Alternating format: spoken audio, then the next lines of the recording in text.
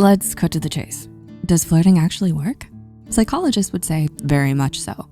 In fact, according to an article by self-help blogger and psychology writer Eric Barker, research has proven that flirting and signaling your availability to someone is a better predictor of romantic interest than attractiveness.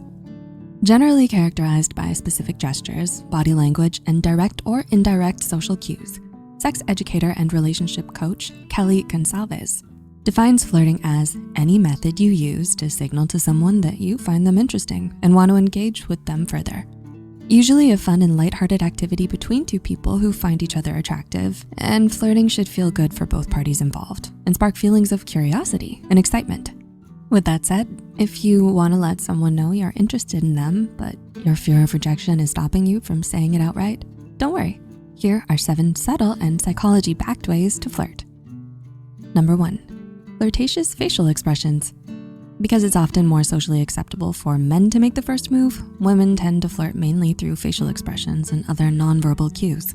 Psychologist Jeremy Nicholson states that some of the most common examples of these include turning your head to one side, tilting your chin down slightly, tossing your hair over your shoulder, and biting your lip while smiling. As for men, number 2, smile slowly.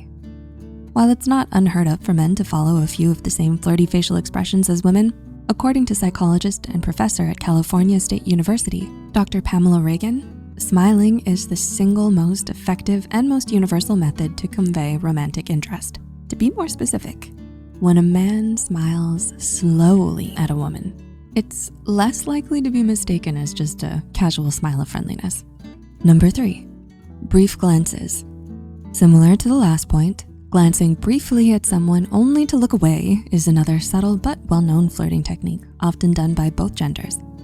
In Dr. Pamela Reagan's book, Close Relationships, she writes that doing so indicates preferential attention and is a clear sign of positive romantic intentions.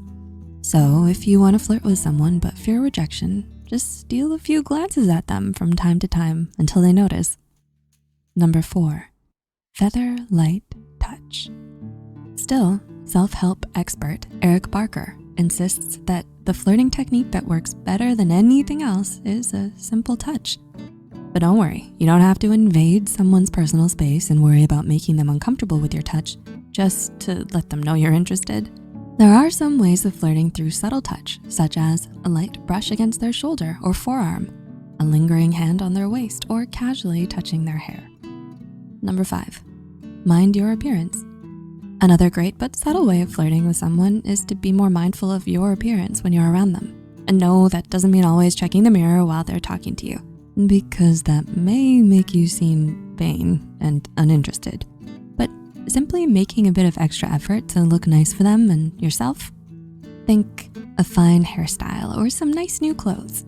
Psychologist Jeremy Nicholson categorizes this as a physical way of flirting, along with practicing attractive body language and using touch to build attraction, like what we talked about earlier. Number 6, tickle their funny bone. Speaking of the different flirting styles, another one is the playful flirting style, wherein the goal is more about having fun than trying to start a relationship. In an article from Psychology Today, Dr. Nicholson stated that playful flirts know how to keep people interested by showing off their fun-spirited personality and great sense of humor. So if all else fails, you can always try your luck tickling the other person's funny bone. Always try to make them laugh and finding ways to have fun with them, to let them know your true feelings. Number 7, be more yourself. Finally, but perhaps most importantly, as cliche as it sounds, being your authentic self with someone you like is a great way to flirt with them. Why? Well, according to dating coach Clara Artswager, thinking, okay, how do I flirt better? I think this is the very thing that kills our ability to have that kind of interaction. Instead, she suggests that we approach flirting by being more ourselves and feeling more at ease with ourselves around the person we like. And with this, we'll come to a winning sense of confidence that can draw people in and make them more interested in you. In summary, successful flirting starts with a friendly and inviting approach, engaging conversations, social interactions, and a mutual physical and emotional attraction towards one another.